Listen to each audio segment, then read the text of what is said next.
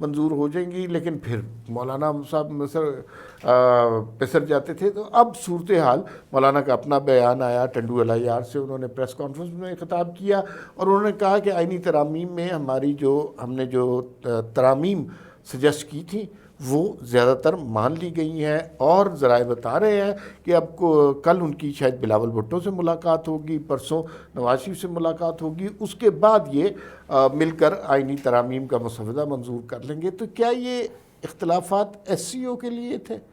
نہیں، S C او کے نہیں. دیکھیں، اب ایک آئینی ترمیم تو ایک بڑی چیز ہوتی ہے. پوری دنیا میں جو ترمیم ہوتی ہے مشاورت کا سلسلہ ہوتا ہے. جس طریقے سے جلدی پاس کرنے کی کوشش کی گئی تھی وہ طریقہ ہوتا نہیں ہے. تو اب جی ظاہر ہے مشاورتیں ہو رہی تھیں، ساری پارٹیز نے اپنے اپنے مسودے لائے. پی ٹی آئی اپنا لے کے آئی، جے یو آئی ایف اپنا لے کے آئی، پیپلز پارٹی اپنا لے کے آئی، نون لیگ اپنا لے کے آئی. تو مولانا نے آج اناؤنس کیا ہے کہ یہ جو اتفاق رائے کہ ہم قریب تر پہنچ گئے. کل انہوں نے نواز شریف سے بھی، کل پرسوں میں جو 2 دن ہیں ان میں نواز شریف سے بھی اور بلاول سے بھی ملنا ہے. تو آخر میں ہونا وہی ہے. ہم نے آپ کو پہلے بھی کہتے رہے ہیں کہ مولانا صاحب مان جائیں گے، تو مولانا صاحب پھر مان جائیں گے اور پھر ایک وسیع اتفاق کا رائے ہو جائے گا. اور پھر مولانا صاحب کی کریڈٹ پہ یہ بھی آئے گا کہ کچھ ترامیم انہوں نے نکلوا دی تھیں. ایک سوال جو لوگوں کے ذہنوں میں اس کا جواب دے سکیں، قاضی فائز عیسیٰ 25 کو چلے جائیں گے، ان کے لیے ایک ڈنر بھی ہونا تھا جس پہ پتہ ایکسپیکٹڈلی 20 لاکھ روپے کا خرچ ہونا تھا، وہ بھی انہوں نے منع کر دیا، لیکن روانگی کی تیاریاں ہو رہی ہیں. تو یہ ترامیم کا اثر پڑے گا کیا قاضی فائز عیسیٰ کے جانے سے پہلے ہو جائیں گی یا قاضی فائز عیسیٰ کے جانے کے بعد ہوگی؟ قاضی فائز عیسیٰ رک جائیں گے، آئینی عدالت کے سربراہ بنیں گے؟ لوگوں کے ذہنوں میں یہ سوالات بہت. دیکھیں، ایک سوال تو یہ کہ ان سے پہلے ہوں گی، بالکل ان سے پہلے ہوں گی. یعنی کہ حکومت کے بس میں ہوگا تو وہ ڈیفینیٹلی اگلے چند دنوں میں ہی ہو جائیں گی. یعنی اسی ہفتے میں ہونے کا امکان ہے، اور موسٹ پرابلی 18 سے پہلے ہو جائیں گی، کیونکہ 18 تک عمران خان صاحب کی زبان بندی ہے اور عمران خان صاحب نے کوئی کال نہیں دے رکھی، تو وہ اس کال سے بھی ہٹنا اور یہ باقی سارا کچھ. تو میرے ذہن میں جو ایک ڈیڈ لائن ہے، ان کی جو ڈیڈ لائن ہونی چاہیے جو ہوگی وہ 18 تاریخ ہے. اس سے پہلے یعنی کہ یہ سارا کچھ ہو کے یہ ہو جائے گا. دوسرا، قاضی صاحب کے حوالے سے قاضی صاحب کہہ چکے ہیں کہ میں نہیں بننا چاہتا. حکومت کے بھی کچھ لوگ، کچھ پارٹیز بھی کہہ رہی ہیں پرسن اسپیسیفک نہ ہو، مولانا صاحب بھی کہہ رہے ہیں. تو ہو سکتا ہے قاضی صاحب نہ بنے، لیکن فیوچر میں میرا خیال ہے اگر قاضی صاحب نہیں بھی بنے، ہو سکتا ہے آخر میں مان بھی جائیں کہ کہیں کہ چلو سارے کہہ رہے ہیں، میں تو کہہ رہا تھا نہیں وسیع تر مفاد، لیکن پوری قومی اتفاق رائے ہے. 73 کے آئین کے تناظر میں مجھے کہا جا رہا ہے تو میں بن جاتا ہوں. مگر نہیں بنے تب بھی انہوں نے جو آخری دنوں میں یہ ترمیم والا کیس اپنے پاس لگوا لیا، بجائے اس کے کسی ہائی کورٹ میں ڈسکس ہو. انہوں نے کہا سپریم کورٹ میں آ جاؤ، جس نے پوچھنا ہے مجھ سے پوچھو کہ یہ جائز ہے کہ نہیں جائز.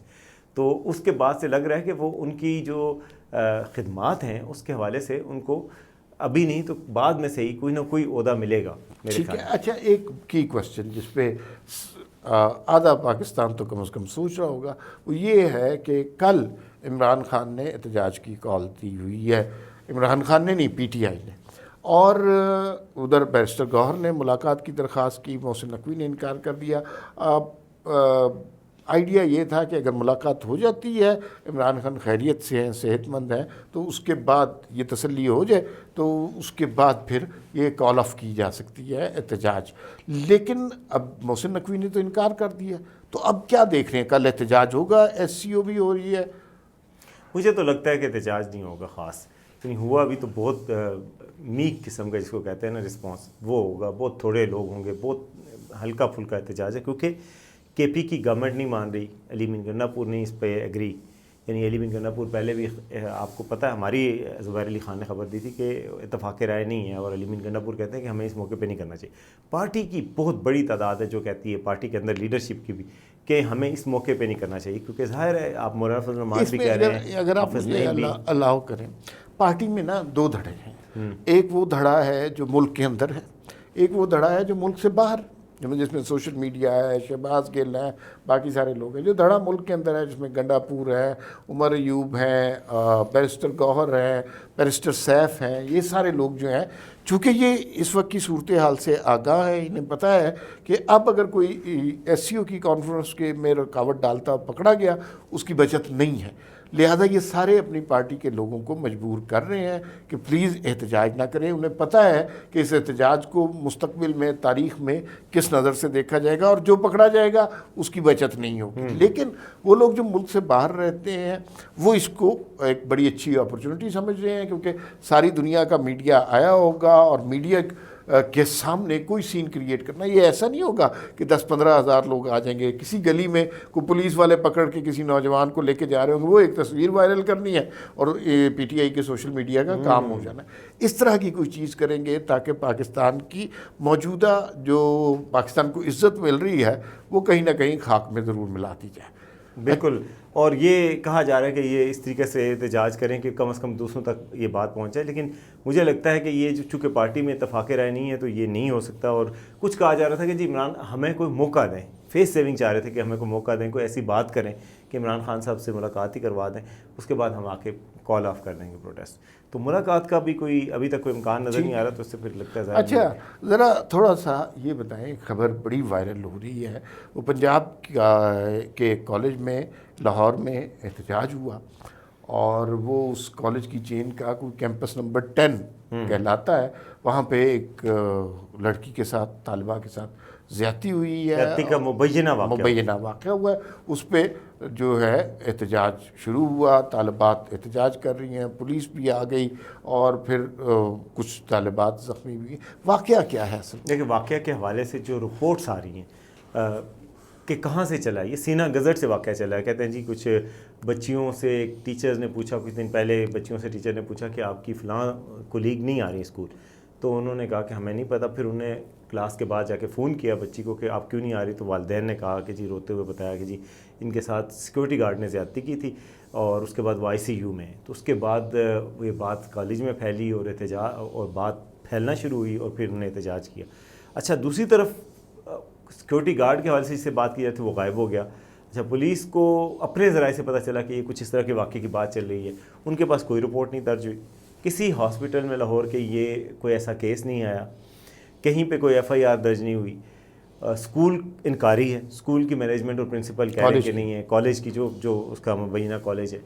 اب ہوا کیا ہے کہ کالج کی ممبرشپ رجسٹریشن جو ہے وہ کینسل کر دی گئی ہے پنجاب کی طرف سے, لیکن اس سب کے باوجود احتجاج ہو رہا ہے. اب یعنی یہ کنفرم نہیں ہے, DIG آپریشن نے یہ کہا کہ جی ہم نے وہ بندہ پکڑ لیا ہے جو چوکیدار ہے, اور چوکیدار سے انویسٹیگیشن ہوئی تو اس نے کہا میں اس میں کوئی قصوروار نہیں ہوں اور ایسا کوئی واقعہ نہیں ہوا.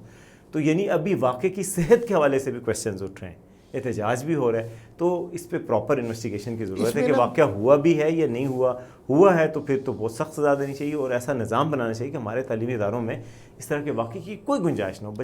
بچوں کی تعلیم آپ کو پتہ ہے کتنا مشکل ہوتی ہے پہلے ہی, اگر اس طرح کے واقعات ہوں گے تو یہ اور بھی ماں باپ اور خوفزدہ ہو جائیں گے. اور چونکہ اس واقعے کی صحت کے حوالے سے ابھی ایشوز ہیں, کچھ حتمی طور پہ چیزیں فائنل نہیں آ رہی, لیکن آج کل کوئی بھی واقعہ ہو رہا ہے نا پاکستان میں, اس میں آپ کو SCO ضرور یاد آ جاتی ہے بعض اوقات. یہ چونکہ آپ نے جس طرح بیان کیا اس کے اندر یوں لگ رہا ہے کہ یہ سب کچھ ایک ہوا میں بات بھی ہو سکتی ہے, تو لیکن اس موقع پہ احتجاج ہو جائے اور بڑا احتجاج ہو جائے. انڈیا میں بھی آپ کو پتہ ہے وہ لیڈی ڈاکٹر کے حوالے سے جو بات ہوئی تھی وہ کتنا پھر ملک گیر احتجاج ہوا تھا.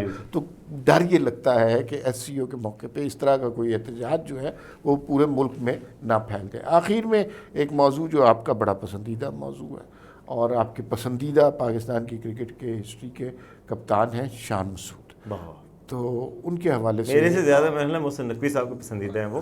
اور محسن نقوی صاحب کے پسندیدہ شان مسعود کا مجھے یہ ہے کہ شان مسعود کو نہیں نکالا گیا, جنہوں نے پہلے 6 میچ جنہوں نے تاریخ رقم کی اور ایسا ریکارڈ بنایا جو شاید ہی کوئی توڑ سکے کہ پہلے 6 میچ بطور کپتان لگاتار ہارے ہیں, 6 ٹیسٹ میچ.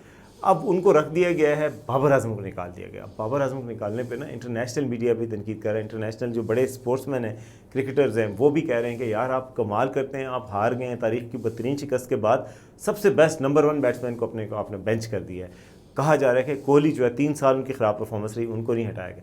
تو یہ کیا گیا ہے. پھر شاہین افریدی کو نکالا گیا جس کی میں بھرپور حمایت کرتا ہوں ویسے میں ذاتی طور پہ, کیونکہ شاہین افریدی پالیٹکس میں لگ رہے تھے. لگ یہ رہا تھا کہ وہ کسی دوسرے کپتان کو کامیاب نہیں ہونے دینا چاہ رہے, ان کا ردھم ان کی سب چیزیں ہو گئی تھی, تو ان کو تو ضرور پلیس اپنا ارن کرنا چاہیے ٹیم میں جا کے, واپس دکھائیں بھائی فارم نہیں ہوتی کوئی بات نہیں, آپ سے کھیلا نہیں جا رہا کوئی بات نہیں, لیکن آپ کا ایٹیچیوڈ ٹھیک نہیں ہے یہ بہت بری بات ہے. یہ اس کا مطلب ہے آپ جان کے ضد کر رہے ہیں, آپ نہیں کھیلنا چاہ رہے, آپ کسی کو ناکام کرنا چاہ رہے ہیں. اس چیز کو تو زیرو ٹالرنس ہونی چاہیے. خیر ہے پاکستان ہارے جیتے, لیکن یہ چیز کا کلچر ہی نہیں پروموٹ ہونا چاہیے کہ میں نے کپتان بننا ہے, اس نے نہیں بننا, میں نے کرنا ہے.